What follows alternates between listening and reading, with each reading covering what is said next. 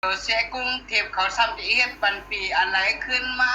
ข้าน้องก่อนนั่งเงาเจเจนจะไปขึ้นนะขอตอบอ่อนเสียงก็เสียงพอเฮาซ้ำเฮ็ดหน้าไหนข้าน้องปีสื่อจึงไล่เป็นช่องหนึ่งน่ะยก็น้องจึงเป็นช่องสองคำอาปอสาวเนื้อนอข้าก่อมจะเสียเลยกว่าหน้าหมออานาปอเฮาลัดมานั่นมันซ้ำเปลี่ยนเจงเฮลาหลานน้องใจข้าเฮาเตอหูสั่งเสียเปลี่ยนจูในก็เตแฮมขึ้นเอาชมาทอมในก็มันเข้าหูเฮา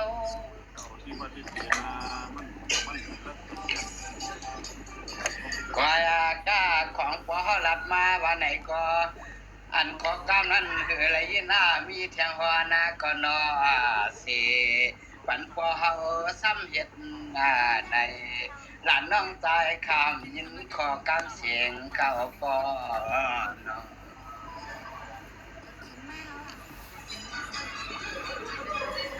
ว่าสามโมเฮมันคำก็เป็นปอนาปอยาจะลำเสลาลากำมันนอนก็ในเฮ็ดสังเป็นหลักเสกำเขี้ยวมา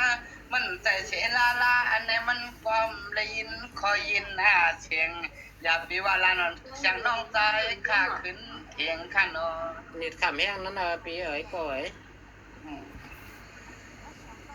อันนาตอนกามานันอันปอเฮาลัดมาวันไหนก็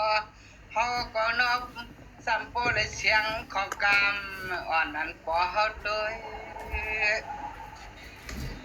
ก็เลยเกื้อหูเหตุถอดมันว่าวันนั้น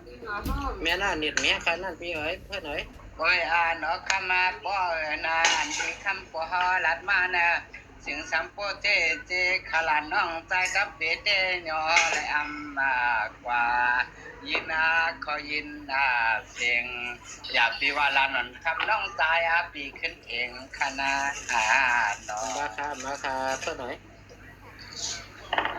ปอสามเครื่องคำก็เปลี่ยนปอนาสังเสวันนอนหลักการหนึ่งพิษหลักการหนึ่งอิทธิการหนึ่งข้อในก็ของปอเฮาก็เป็นปอสาวในก็ขึ้นปล่อยวางข้างเห็ดนั้นเฮาปีใจในอย่าปีว่าห่างกันเพราะว่าอันที่เฮาว่าขึ้นรักความสมมานั้นเปลี่ยนเจงรักคำเสียหนักไว้กะหลานน้องใจไปยินปียินนิดขำแห้งเพื่อนเอ๋ยนิดแห้ง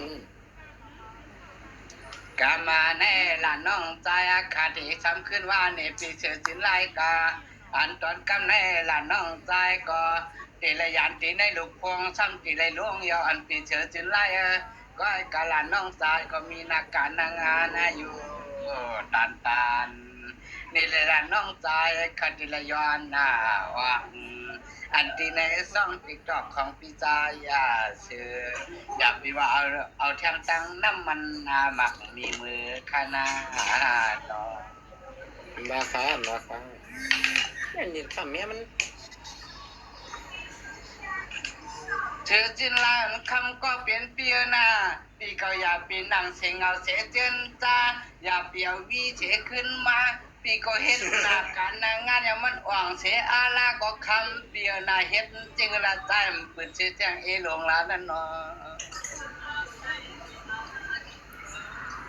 อันปีเสือจินลายจะมีก่อนมือจมชงอันเทียงเฮาเตอันเทียงเฮาเตอะไรมีก่อนข้างละเนาะอันปีเสือจินลายเป็นก่อใจในชุดเต็มเสียใจเลยขึ้นเขียนมีน้อยไปลื่นแต่ไปลื่นนะเสียกมันว่าไก่ก็เป็นก็มาวางมันนั่นเขาเป็นไต้ก่อนมั้งรู้อันดีว่าวางมันว่าไก่เงาเป็นเชี่ยนี่มันใส่ปีจึงไล่มันเป็นเจ้าสิ่งไล่ได้ช่วงทำมาพี่เสือจินไล่เป็นเจ้งก็อยู่ในเป็นแถวตั้งลูกอันผู้ชายเต้ตายคืออันผู้หญิงก็หักเสียแหลมมือแหลมจานเสียเลยมาเข้าจูหาลูกเต้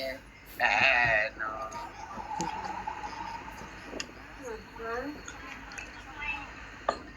เสือจินลานคำก็เปลี่ยนเปียน้องติย้อนยันในพงน้องติย้อนลงเสลา ก็เพื่อน้องตามีธุระที่ขึ้นมากำในน้องรัดนำเสียอะไรเอาคำเปียนาอันว่าละน้องตายเด็ดเลยย้อนออกอันที่ในช่องติ๊กต็อกของพี่เขาขันเอาพี่น้อง ยกก็ห้องไปทอมยกก็มัน ออกค่าบีจิไลดังใหญ่วันเขาช่องดังภาษาเขาเนี่ยขามีธุระอินค่ะคดีกะอินค่ะเปิดโทรมา